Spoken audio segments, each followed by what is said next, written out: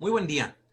A nombre del 23º Ayuntamiento de Tijuana y a través del Instituto Municipal de Arte y Cultura, el Instituto de Investigaciones Históricas de la Universidad Autónoma de Baja California, la Sociedad Mexicana de Geografía y Estadística, el Seminario de Cultura Mexicana, la Sociedad de Historia de Tijuana, el Consejo de la Crónica de Tijuana y, por supuesto, a nombre del Archivo Histórico de Tijuana, les damos la más cordial de las bienvenidas a este 13º Simposio de Historia de Tijuana, hoy bajo modalidad virtual y celebrado a propósito del 19º aniversario de este mismo archivo.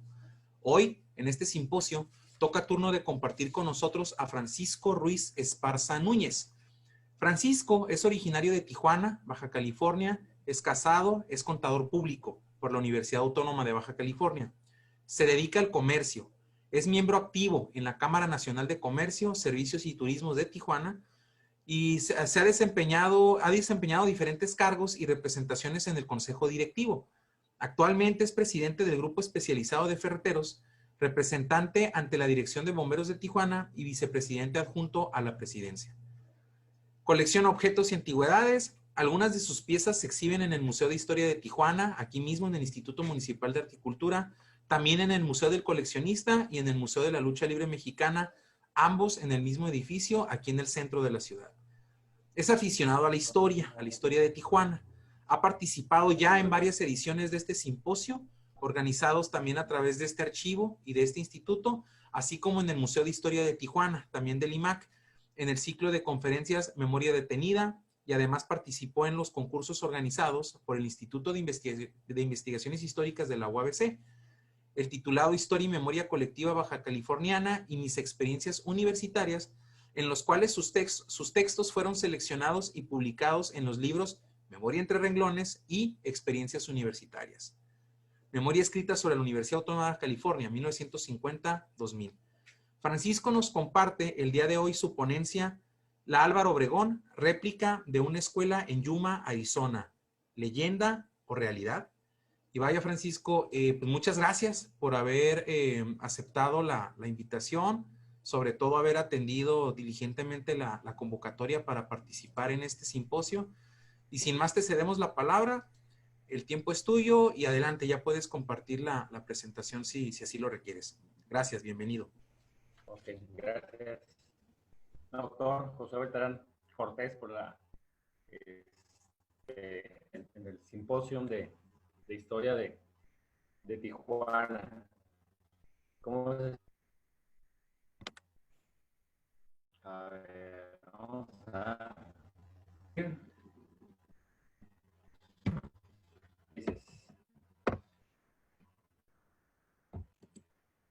Porque soy nuevo en esto. Algunas reuniones de Zoom, pero no con una presentación. Parece que ahí está. Ya está, puedes ponerle todavía dentro de PowerPoint, le pones en pantalla completa en la copita que está en la parte baja, ándale, listo, ahí se mira ya muy bien, ¿eh? Adelante. Bueno, pues iniciamos. De la escuela de réplica de una escuela de Yuma. Aquí tenemos un a la izquierda de mi pantalla, el Obregón, y a la derecha la escuela de Yuma. Prácticamente son edificios idénticos.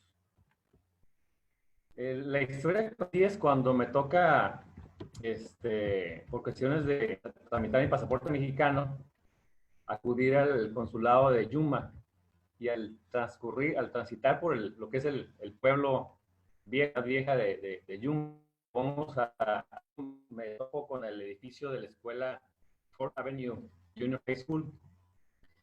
Y para esas fechas, mis reuniones de coleccionistas eran en la Casa de la Cultura, en la Obregón. Entonces fue pues impactante, impresionante ver el edificio pues físicamente, ¿no? Había escuchado de él y unas fotografías que son muy comunes de ese edificio que están en las redes sociales, pero cuando la mente sí te llevas una impresión pues bastante agradable. Obviamente unas imágenes, estas son las fachadas izquierdas del laterales, esa es la escalinata de esa misma fachada, a manos, en la fotografía donde yo estoy parado, el pasamanos es idéntico, exactamente igual. Para esa fecha estábamos hablando de julio, el edificio estaba cerrado, estaba en mantenimiento. Afortunadamente, había una persona ahí latina de San Luis, Colorado, que me dio acceso al edificio unos minutos para tomar unas pocas imágenes. Aquí esa es la parte, segundo nivel del edificio. Es el sótano, la planta baja del edificio. Es la persona que me dio acceso al edificio ese día, ¿no? Esas son las placas de granito que están en la esquina inferior izquierda donde se dice pues que hay una cápsula del tiempo, ¿no? La placa de Tijuana pues, está en números romanos, la placa de Yuma está en números arábigos, tiene unas letras AD, que es un vocablo latino de significa anno domine, que significa, que ese lo vemos luego en los monumentos que delimitan la frontera, tienen esa inscripción. ¿Y qué es lo que motiva el tema de la investigación y la participación, ¿no? Pues básicamente que estamos en el 2020, cumple 90 años de construida el Álvaro Obregón, de construida la escuela de Yuma, ¿no? Entonces, cuando empiezo a investigar, encuentro que hay una referencia en el catálogo nacional publicado en 1986, donde dice, básicamente, que un poquito la pantalla. Que este edificio fue con una escuela de Yuma, Arizona, y dice, Abelardo Rodríguez fue invitado a la inauguración de dicha escuela e hizo construir en Tijuana una igual en el año de 1929. Después, la historia de Patrimonio Cultural del Estado de California, publicada en el periódico oficial el 31 de enero, el texto relacionado dice, iniciativa de un grupo de residentes de Tijuana y proyectó, después de haber asistido a la inauguración de una escuela en Yuma, Arizona, otra escuela en el cada vez más reciente poblado de Zaragoza. Así se la llamó entre 1925 y 1929. Entonces, cuando yo leo, pues yo relaciono la invitación de Abelardo Rodríguez a la inauguración, pues como gobernador del estado, ¿no?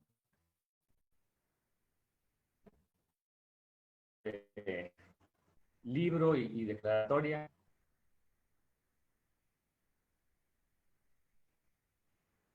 ¿Opción, Josué? ¿Sí me estás? Sí te escucho, pero de pronto lo que yo hago para no... A ver, voy a pausar la grabación. Dame un... Sí, adelante. Ok.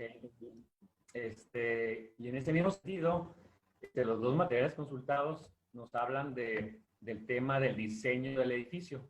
Y en el Catálogo Nacional de Monumentos, Guerrero fue diseñador y constructor de las obras.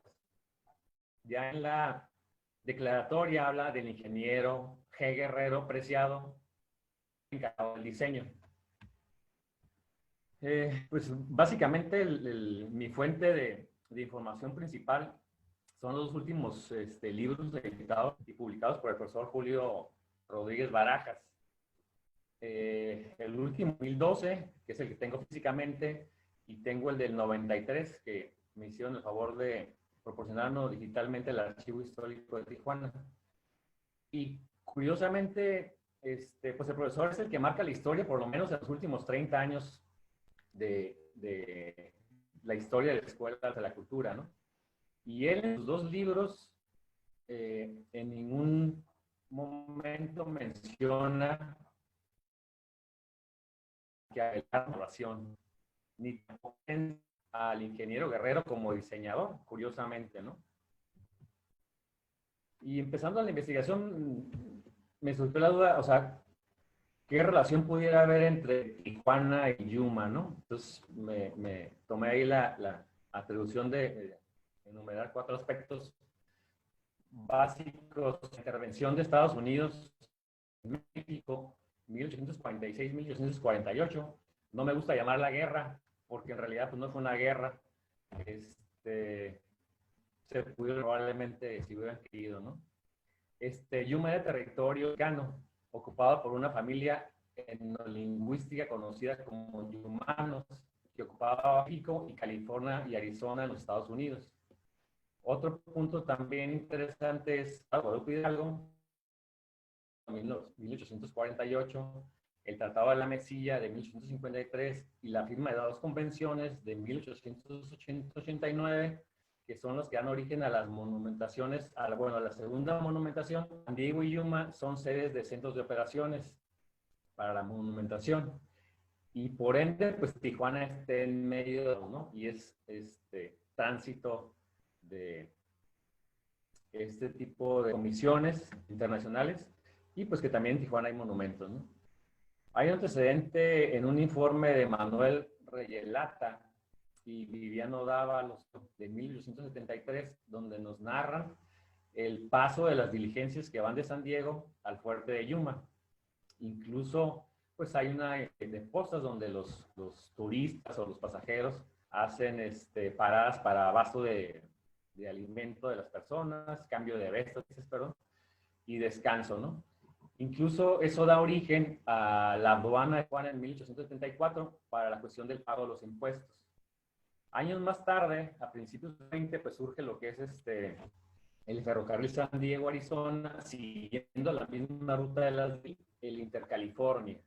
De hecho, uno de los argumentos del Tratado de la Mesilla es precisamente el trazo del ferrocarril por la cuestión de la orografía de la zona.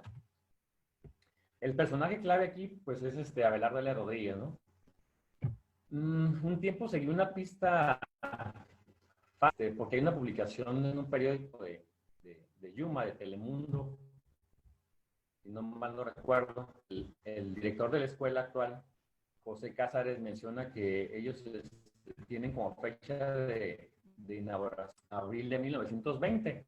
Entonces, pues me puse a investigar si Abelardo L. Rodríguez pudo haber estado de la escuela de Yuma en 1920. Entonces me lleva a consultar la autobiografía de Abelardo L. Rodríguez y pues resulta que sí anduvo él por acá, por estas zonas en 1918-19 con el tema de estar vigilando cerca del coronel Esteban Cantú por cuestiones de que había ya desobediencia y él estuvo ocupando unos terrenos en lo que es San Luis Río Colorado y estuvo sembrando algodón. En esa época hace mención de un personaje que se apellida Sanguinetti.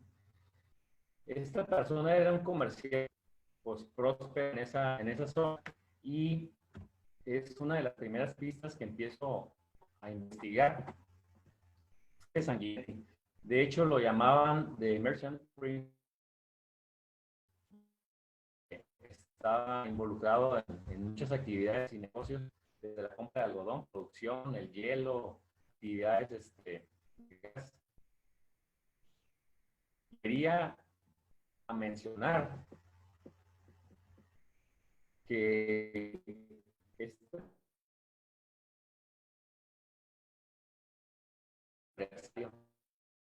desde la década de los 20 y los 30, ¿no? Principios de los 30.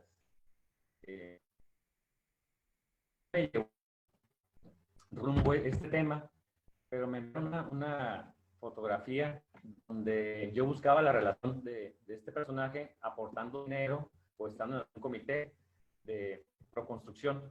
Lo único que encontré es que sí hay una referencia de él aportando dinero para una escuela, pero a finales de los 1800.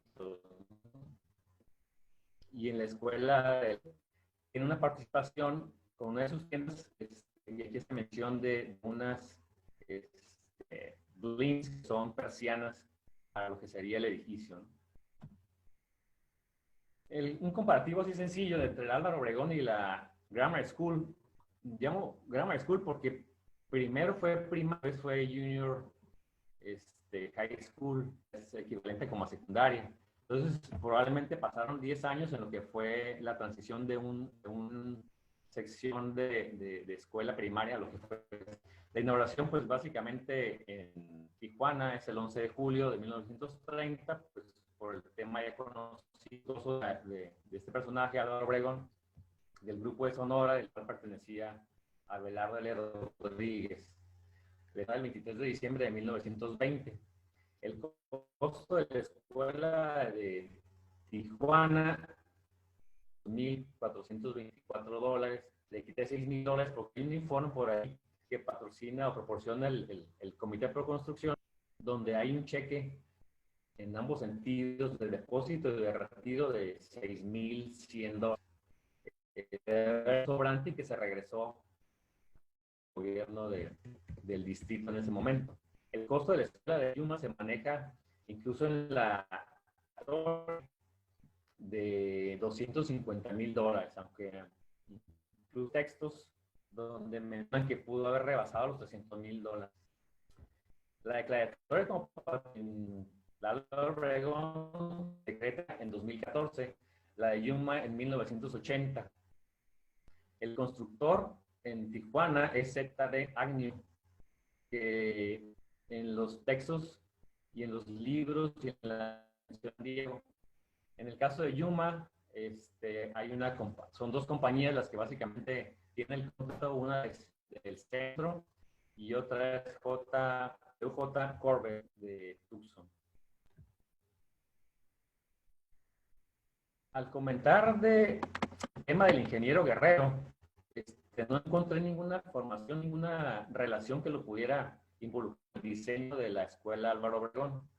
Pero consultando lo que es la escuela de Yuma, tenemos desde la escuela, en este caso fueron dos, Norman F. Marsh y Vero Wallingford.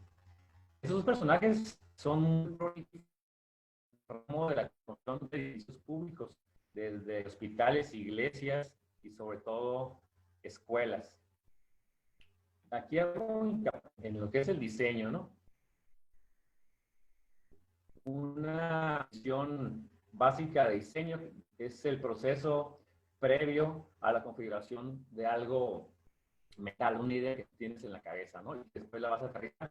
Entonces, si el edificio es una réplica, pues obvio que los diseñadores que la Yuma, pues son los que diseñaron el en el proceso, donde nos hace mención a que el gobernador Abelardo L. Rodríguez, en la construcción de la escuela en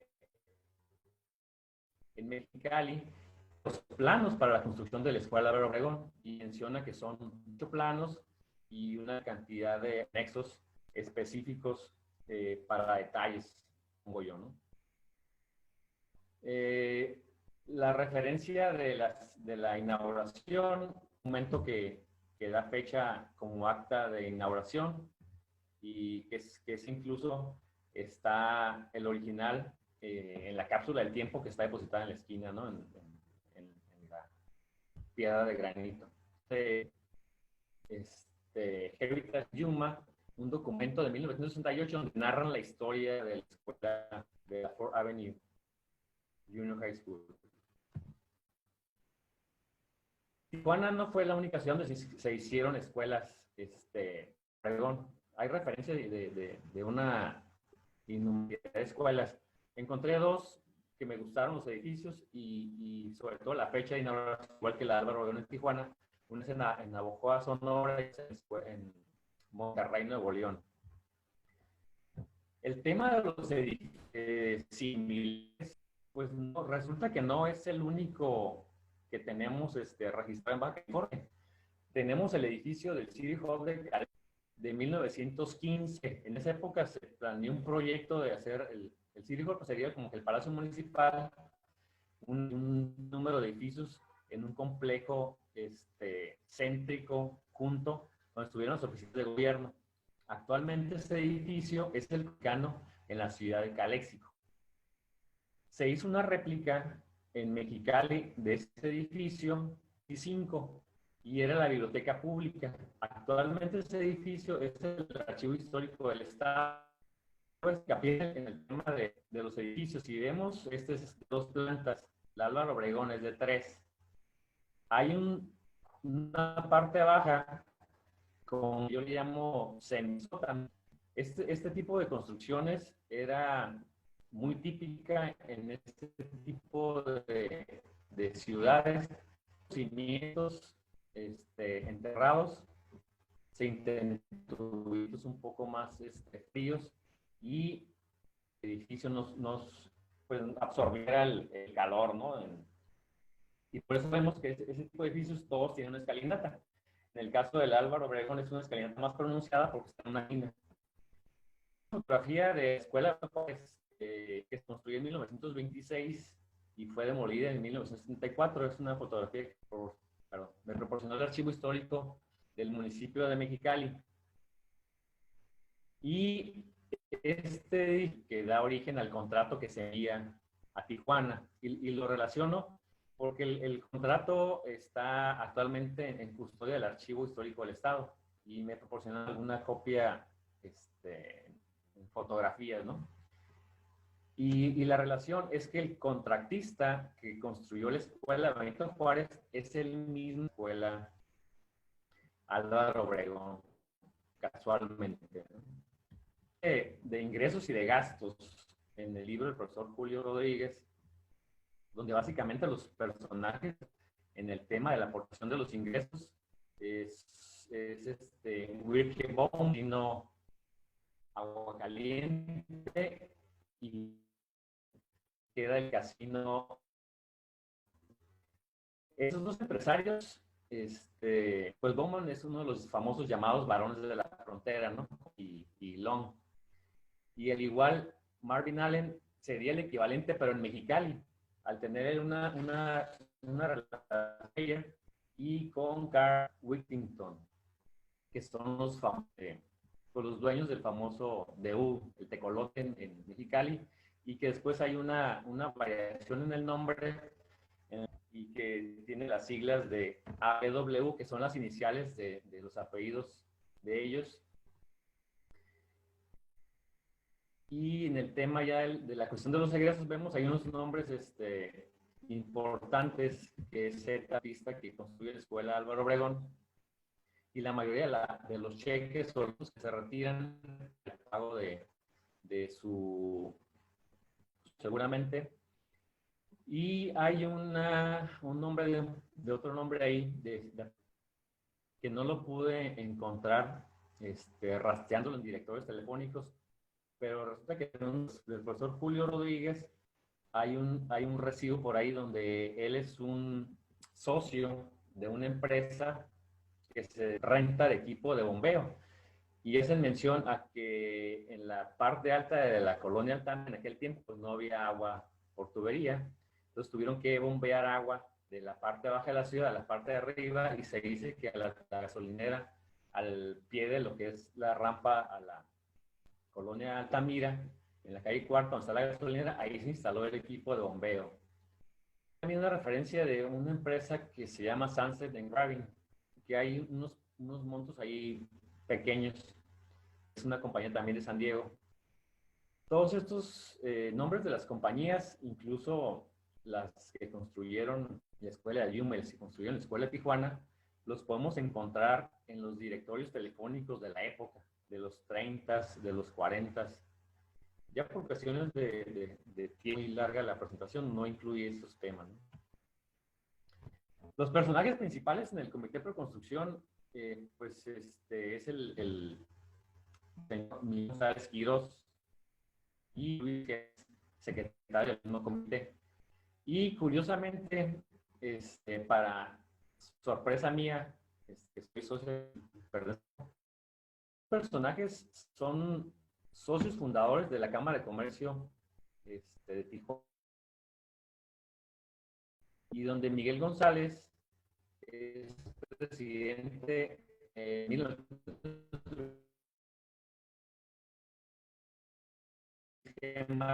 es secretario de la Cámara por varios periodos, esas épocas también en la Cámara. Buscando del empresarios aportaron el dinero para la acción. He leído un contrato publicado en el periódico del Estado de California de 1927 de una concesión que otorga el gobierno federal a Juan R. Platt, que es un socio, amigo muy cercano de Abelardo L. Rodríguez, en donde esa concesión pues era también para instalar todo lo que y más por estar cerca de la playa. En el terreno del monumento inclusive había proyectos para construir un muelle en esa zona. Y ahí menciona que el contrato es opción a compra. Y la opción a compra está sujeta a la construcción de un monumento o el predio del monumento con la carretera de Ensenada a Tijuana. Entonces, ese documento en 2012, más o menos, que participé y intenté buscar por ahí una relación de compromiso de las concesiones de juego por en el reglamento de juegos del territorio de Baja California de 1907, se publicó en diciembre y era en vigor al día siguiente o enero del 2008. No hay ninguna mención de alguna que deban hacer estas personas o negocios o empresas, el negocio del juego, o le llaman también del placer, o de los negocios arriesgados. En 1936 tampoco hace mención a ninguna los cláusulas clásico ahí de estar retirados escuelas, no permitir entrada a menores de edad. Pero es hasta 1946 cuando se crea la primera ley federal de juegos y sorteos y en donde ya se plasma en el artículo 5 que independientemente de las leyes, la Secretaría de Gobernación hay una participación que regula para el recurso se va a destinar a mejoras en establecimientos de previsión social y asistencia. ¿A qué nos lleva este tema? Me lleva a la construcción de las escuelas Alesio, de los finales de los 50 y 60 y hay una investigación con California y es una referencia de 1921 de Carl Whittington que hace una aportación de $150,000 para mejoras materiales en cuestión de instalación de potable por tubería en Tijuana. Y en ese material, en 1921, en Ciudad Juárez, se crea una institución privada para recibir donativos de los recursos generados para la tolerancia del juego y con el mismo tema para obras de utilidad pública y ahí sí especifican también escuelas, ¿no? Entonces, básicamente, la intención era buscar una relación del por qué producidas en edificios, en escuelas. El tema de lo que es el personaje de Abelardo Rodríguez y el ingeniero Preciado, concluyendo, en el primer caso concluía en primer lugar diciendo que el diseño de la escuela Laredo es de Norman Marsh y de Wallingford, no del ingeniero Guerrero Preciado. De hecho, en el documento que proporciona el profesor Julio Rodríguez, en la relación hay unos montos que salen a nombre de las iniciales de G.G. Preciado. En uno de los textos del catálogo de monumentos mencionan el apellido de Guerrero. Entonces, de ahí la acción de Guerrero Preciado. Y en el tema de Rodríguez, pues yo diría que por la cuestión de los documentos que consulté, que tuve acceso y algunas opiniones de personas conocedoras de algunos amigos historiadores que les hice la consulta, creo que Abelardo Rodríguez asistió a la inauguración de la escuela de Yuma. Es de que seguramente sí la conoció antes de ser gobernador e incluso pudo haber visto la construcción de la escuela.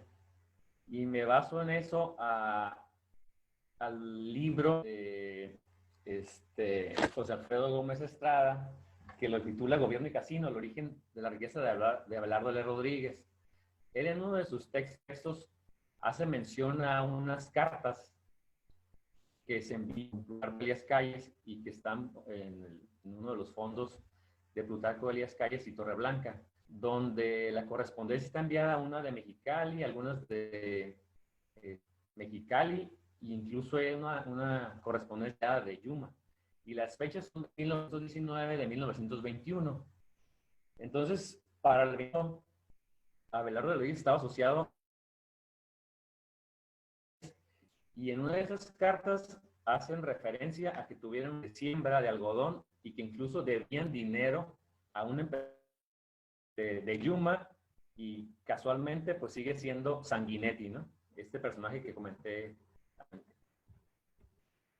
Me llegaron algunas imágenes que me proporcionaron de la Sociedad de Historia de Arizona y de una biblioteca en Yuma, y traté de hacer un comparativo rápido. Por ejemplo, entre los que tiene butacas, es el teatro de la escuela de Yuma. El que no tiene butacas es una fotografía del libro del profesor Julio Rodríguez de la escuela Álvaro Obregón. En este caso, en el de Álvaro Obregón, lo que son las ventanas que están a un costado están para cuestiones, yo creo, de proyecciones en el tema de cine, ¿no? El teatro prácticamente es el mismo, la distribución, el mezzanini que tiene, la única diferencia que observo son las lámparas y al fondo la cabina de proyección. En una tiene, el de Yuma tiene 3 ventanas horizontales, el de Álvaro Obregón tiene 2 en diagonal.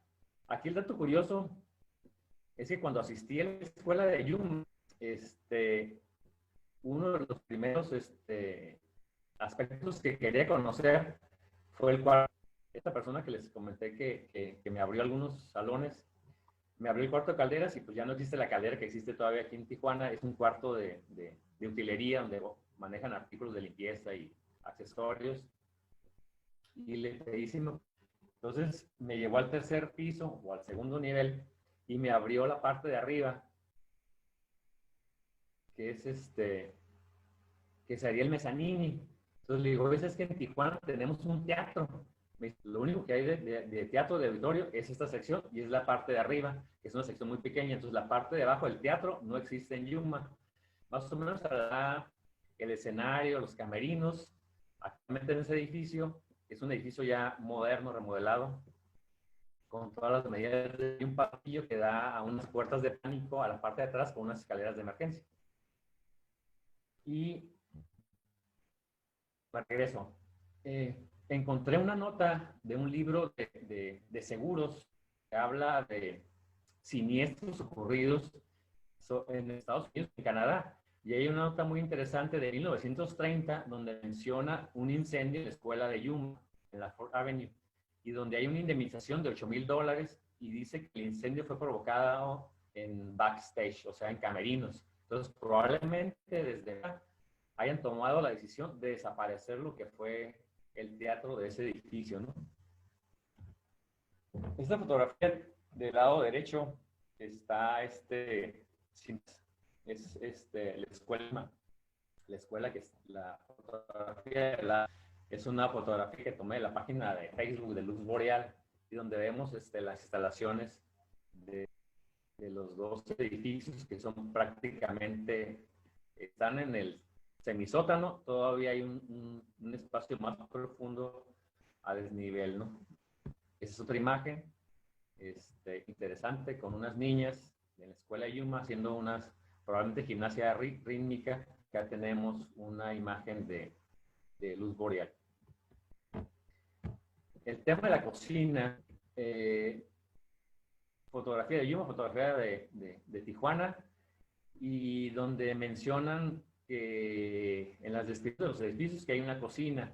Yo creo que era para dar clases de cocina a niñas, ¿no? Recordemos que originalmente la escuela fue creada, por lo menos de Álvaro Obregón, para niñas, ¿no?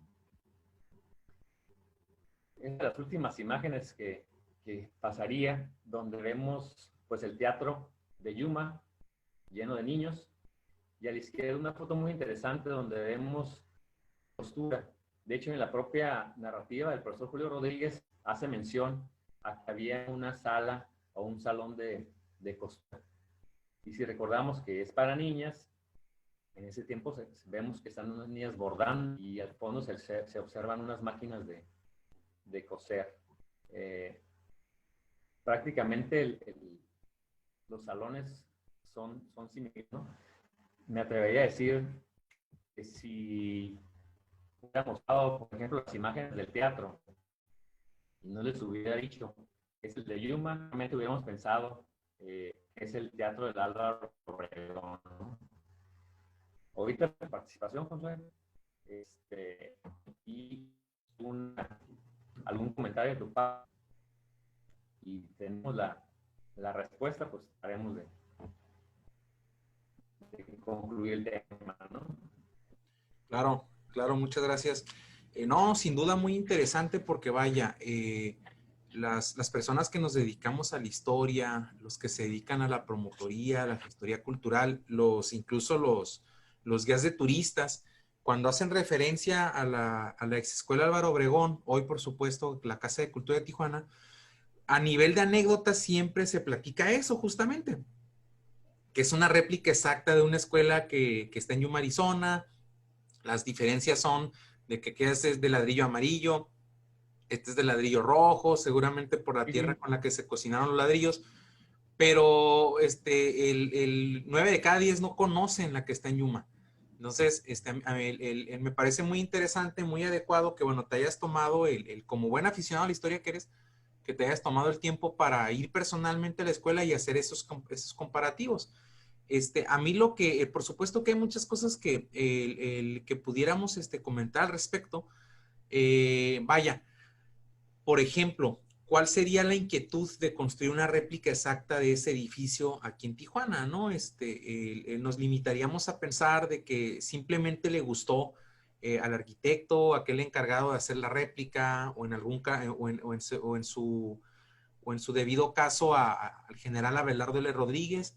Pero bueno, lo que sí podemos decir es de que vaya, sea una réplica exacta o no, lo que sí es que en esta parte de la frontera, particularmente en la Baja California, específicamente en Tijuana, pues es el único edificio de su tipo, ¿no?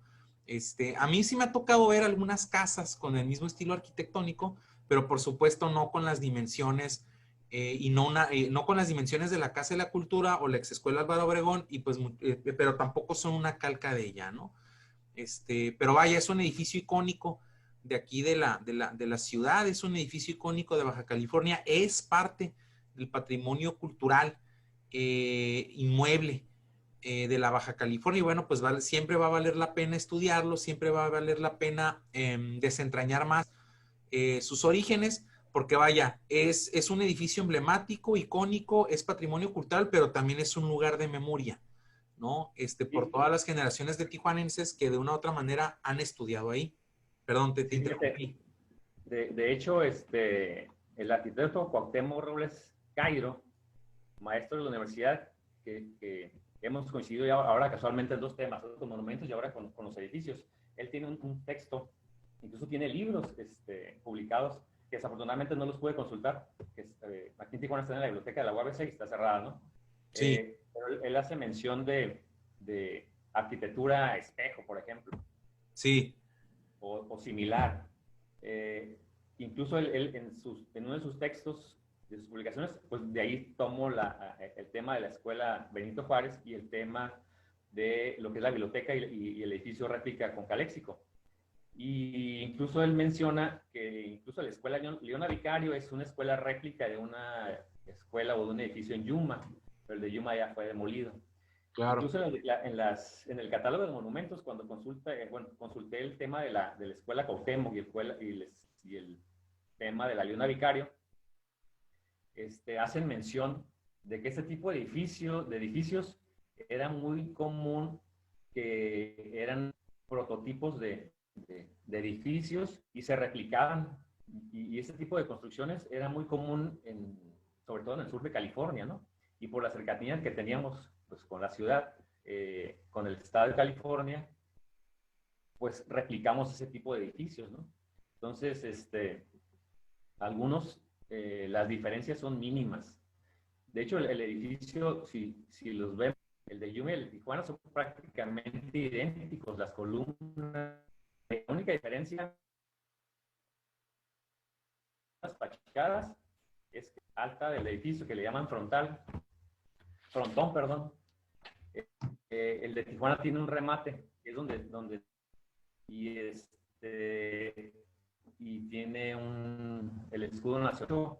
Hay un libro que se publicó en la edición pasada, Casa de la Cultura de Tijuana, que para los visitantes, del techo. Es esa fotografía reciente y ve esa corona, la parte de arriba del frontón, está apuntalado con madera. Pues es que definitivamente no es estudio y no he construido ese remate, ¿no? Construcción. Incluso los dos arquitectos, diseñadores de la escuela, California y en Arizona. Marsh, uno de los dos arquitectos, es el que diseñó la ciudad. Un pueblo pequeño donde hay canales e inclusive la gente se en lancha, ¿no? Es un pueblito muy fresco. Y Agnew, que es el contratista que construyó Álvaro Obregón, también tiene un edificio, de lo que encontré, un edificio declarado patrimonio en Phoenix, si mal no recuerdo. Interesante. Entonces, el tema, para más, incluso tengo pendiente una información ahí pendiente de que me llegue precisamente al consultar el tema de la relación de los personajes y el porqué de la aportación de ellos Yo había leído hace algunos días con el tema de la Cervecería Mexicali, que tuvo una participación en el museo, un texto donde mencionaban que la Cervecería Mexicali apoyaba la construcción y mantenimiento de escuelas, pero me confirman que para el tema de la escuela Benito Juárez de Mexicali, inclusive Miguel González donó el terreno para la construcción de la escuela y participó directamente en el tema de construcción, ¿no? Por cuestiones de biblioteca cerrada y consultar esos libros, no tengo todavía la documentación escrita, ¿no? Pero tengo el testimonio precisamente de Oscar Hernández, ¿no? Que es el coordinador del archivo de Mexicali, ¿no? Muy bien, no, sin lugar a dudas es un tema que hay que revisar. Sí, ese concepto de la arquitectura espejo, no lo conozco a profundidad, pero en alguna parte, hablando de cuestiones de patrimonio, cuestiones de frontera, réplicas identitarias, incluso, ¿no? A lo largo de toda la frontera, prácticamente a partir de México, pues no, bueno, no es el caso de Mexicali, más bien a partir de Sonora, ¿no? A partir de Nogales, pues estas ciudades espejo, estas ciudades gemelas, que vaya, pues fueron partidas en dos por la frontera artificial que fue creada justamente cuando la guerra contra Estados Unidos, o mejor dicho, la guerra de Estados Unidos contra México, entre 1846 y 1848. Y bueno, pues sí encontramos algunos casos a lo largo de la frontera, pero no únicamente a lo largo de la frontera. Por ejemplo, los estadounidenses, mucha de su arquitectura pues la ha replicado, ¿no? De la vieja Europa. Y en estos casos, bueno, estamos viendo cómo del lado mexicano se replica arquitectura y que cae, que puede ser estudiada desde mi punto de vista, claro, ¿no? Y desde el tópico del patrimonio dentro de ese concepto que estás comentando de arquitectura espejo, pero vaya, no por eso dejan de ser únicos, ¿no? En el lugar donde se replicó, en este caso, pues Tijuana, ¿no? Como tú ya comentabas, una copia casi exacta con diferencias leves, que bueno, se entiende porque al final de cuentas es como una traducción, ¿no? La adaptación a la realidad, al terreno, a los materiales que sí se tenían disponibles de este lado. Y bueno, ¿por qué no? Pues para imprimirle un poquito de la personalidad tanto del constructor como del arquitecto que estaba haciendo la adaptación o la traducción según se vea. Así es que, pues Francisco, muchas gracias. Muy interesante el tema. Como siempre, felicidades por la documentación. Lo que yo admiro de ti en lo personal es de que siempre vas más allá en la búsqueda de los documentos. Como te comentaba en momentos anteriores, de pronto todos aseguramos que sí es una réplica de una que está en Yuma, Arizona, pero muy pocos hemos ido a ver el edificio que está de aquel lado. Así es que Fíjate, felicidades.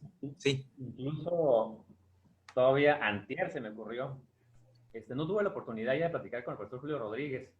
Siempre tuve la intención de llamarle y platicarlo. Él me patrocinó en una ocasión con el tema del reloj de la calle Segunda, precisamente, una publicación que él hacía para la Ciudad de Historia, ¿no?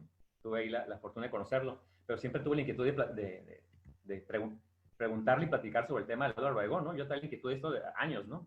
Pero no me había sentado y dije, pues ahora que cumplen, no voy a hacer el momento, ¿no? Y ayer precisamente hablé con su esposa por tercera ocasión.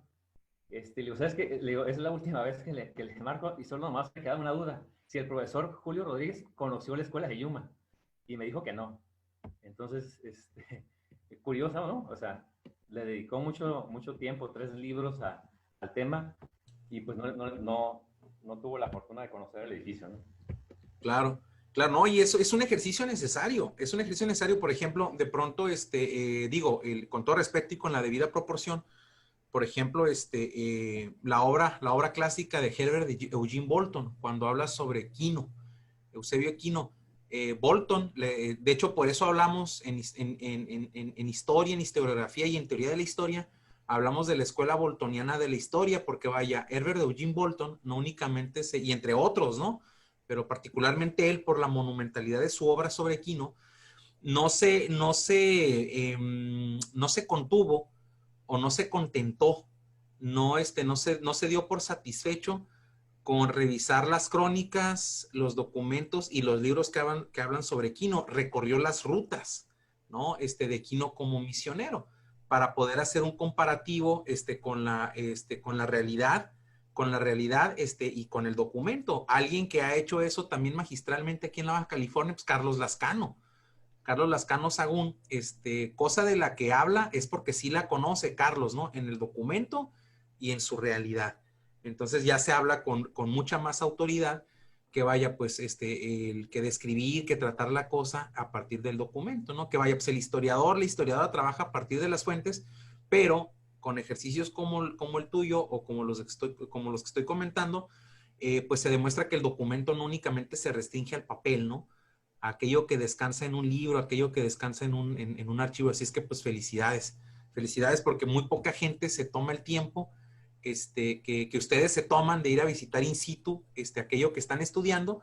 Pero vaya, los recursos invertidos, ¿no? Que también de pronto pasan desapercibidos, porque pues de pronto el común del público piensa que es barato hacer historia y no, es caro hacer historia, es caro hacer antropología, es caro hacer sociología, porque pues hay que andar en el campo, ¿no? Hay que andar en el campo y en el campo se presentan mil y un situaciones, no únicamente es comer, no únicamente es pagar gasolina, ¿no? Pero bueno, pues muchas gracias. Muchas A mí gracias me de nuevo, gusta felicidades. los textos que leo que se me hace interesante y los imprimo, por ejemplo. Claro, sí, por supuesto, por supuesto. Pues gracias, Francisco, de nuevo, a nombre del 23º Ayuntamiento de Tijuana, a nombre, por supuesto, del Instituto de Investigaciones Históricas de nuestra universidad, a nombre del Seminario de Cultura Mexicana, de la Sociedad Mexicana de Geografía y Estadística, la Sociedad de Historia de Tijuana, el Consejo de la Crónica de Tijuana y, por supuesto, a nombre del Archivo Histórico de la ciudad. Gracias por haber participado con esta ponencia tan interesante, tan necesaria, y también gracias a nuestro público que está siguiendo amablemente los estrenos de este 13º Simposio de Historia de Tijuana, y bueno, invitarlos a que sigan pendientes del resto del evento. Gracias, Francisco, y hasta pronto. Buen día. Gracias. Buen día.